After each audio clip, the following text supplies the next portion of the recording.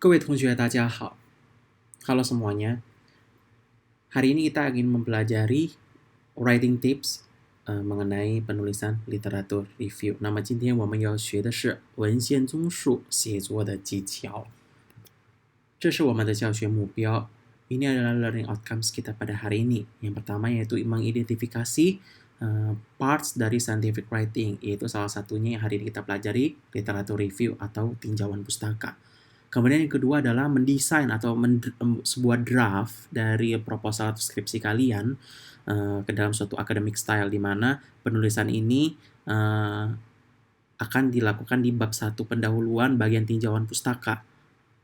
Nah, kira-kira kita melalui pembelajaran ini kita dapat mempelajari bagaimana cara menulis dari literatur review atau tinjauan pustaka. Oke, tinjauan pustaka dalam bahasa Mandarin yaitu 文献综述. 又称研究综述、研究概况. Ya, jadi di sini ada bahasa Mandarin 文件综述 juga disebut dengan 研究综述 和研究概况.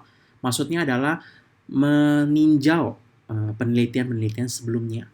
Dan mengapa kita menulis tinjauan pustaka? Adalah di poin kedua. 目的是在已有的研究基础上接着做说明自己的研究事项的合理性.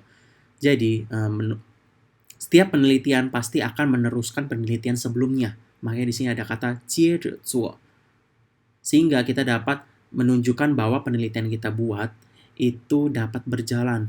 Atau kira-kira bagaimana penelitian kita akan buat ini 合理 atau cocok atau sesuai dengan bidang ilmu tersebut. Kemudian tujuan berikutnya di poin ketiga yaitu 了解相关的研究成果，发现目前的研究空白，尚未解决的问题. Jadi tujuannya selain itu adalah untuk mengetahui, memahami hasil-hasil penelitian lain. Sehingga kita dapat menemukan bahwa penelitian sampai saat ini masih ada yang belum diteliti, yaitu 研究的空白, atau masih ada masalah yang belum diselesaikan, 尚未解决的问题. Sehingga kita harus menonjolkan dalam tinjauan pustaka ini yaitu 接着做的原则. Prinsipnya adalah 接着做, yaitu 接着前人的研究继续深入的研究. Jadi maksud di sini adalah kita melanjutkan penelitian orang-orang sebelum kita, kemudian melanjutkannya lagi dan lebih dalam lagi membahasnya. 所以通过这个文献综述 melalui tinjauan pustaka ini kita dapat pada poin kelima yaitu 可以反映你研究的科学依据，你的研究跟以前的不同. Jadi kita dapat memperlihatkan bahwa penelitian kita ini mempunyai bukti ilmiah yaitu 科学的依据, 然后 lalu 你研究跟以前的不同. Jadi untuk menghindari plagiarism kita harus melihat sudah siapa aja yang meneliti, lalu meneliti apa. Jadi tidak mengulang lagi dan tidak akan terjadi plagiarism. Sehingga tinjauan pustaka ini mempunyai beberapa langkah, yaitu pada poin yang terakhir, 步骤. Kita lihat di sini ada 3, kita bahas satu-satu. 第一, 了解前人的研究什么. Yang pertama adalah kita harus mengetahui, memahami orang-orang sebelum kita sudah meneliti apa saja. Yang kedua, 第二, 与前人的研究有何不同? Setelah mengetahui apa yang diteliti, kita harus tahu apa yang berbeda yang kita teliti ini, apa yang berbeda dengan orang-orang yang sudah meneliti sebelumnya. Kemudian yang ketiga, yaitu 通过文献综述与前人的研究展开对话. Jadi, melalui penulisan tinjauan pustaka ini, diharapkan kita dapat memberikan suatu percakapan, dalam tanda kutip, percakapan dengan penelitian-penelitian sebelumnya. Nanti akan dijelaskan pada slide berikutnya percakapan seperti apa. Sehingga di sini kita akan melihat percakapan seperti apa yang dibuat di tinjauan pustaka. Sehingga kita harus kita harus memperhatikan apa. Di sini ada 4 poin. Yang pertama adalah 用简洁概括的表述对前人相关研究领域所做的研究成果进行总结与评述.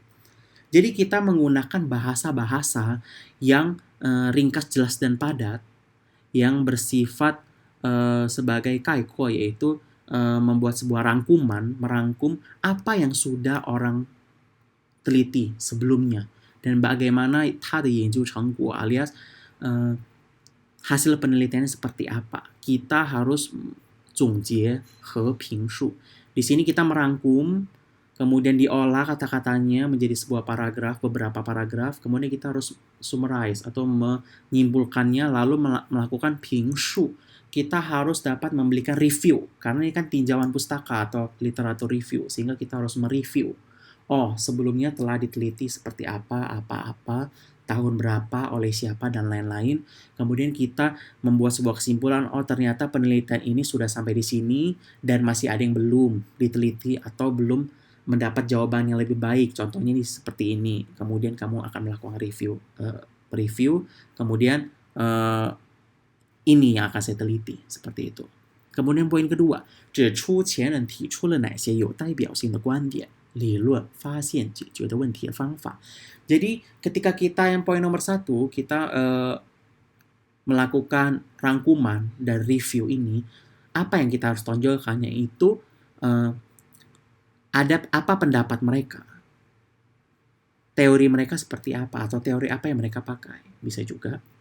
Kemudian fasien adalah mereka menemukan apa, kemudian bagaimana cara mereka menjawab masalah penelitian, caranya seperti apa, dan lain-lain. Itu kita dapat tonjolkan dan kita dapat melakukan 总结 atau merangkumnya.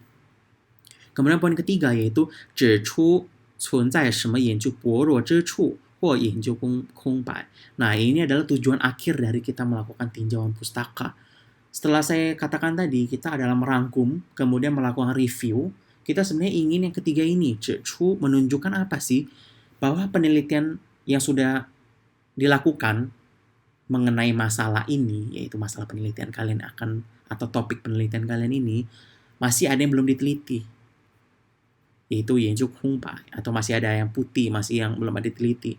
Atau masih ada yang belum mendapatkan jawaban yang lebih baik, atau belum sepenuhnya memberikan jawaban 研究薄弱 atau kelemahannya seperti apa.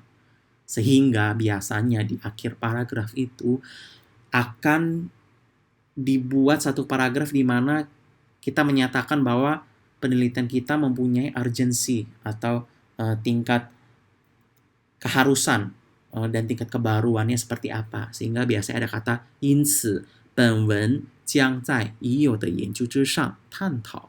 Sehingga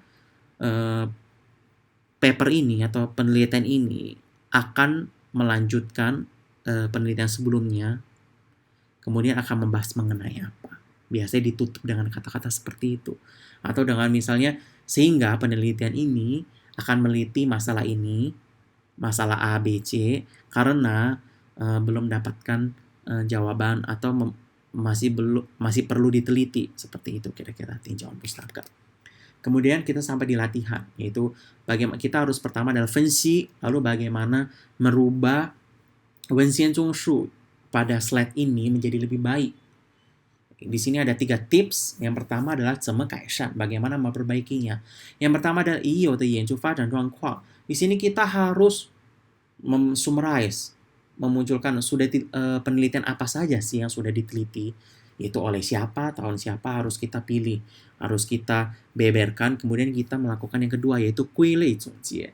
Kita harus dapat memisah-misahkan mana yang misalnya dari 研究方法 atau enggak 研究理论等等, kita melakukan 归类 atau pengelompokan, kemudian 总结 summarize atau merangkum. Kemudian terakhir yang saya katakan yaitu 引出本研究的重要性. Kita harus memunculkan mengapa kita layak untuk meneliti ini, mengapa kita harus meneliti ini. Dan itu adalah tujuan dari latar belakang maupun yang kali ini yaitu tinjauan pustaka. Oke, video pembelajaran kali ini sudah sampai di sini, yaitu mengenai tips-tips menulis literatur review atau tinjauan pustaka. Kita akan membahas yang lain pada video-video pembelajaran berikutnya. 谢谢大家，再见。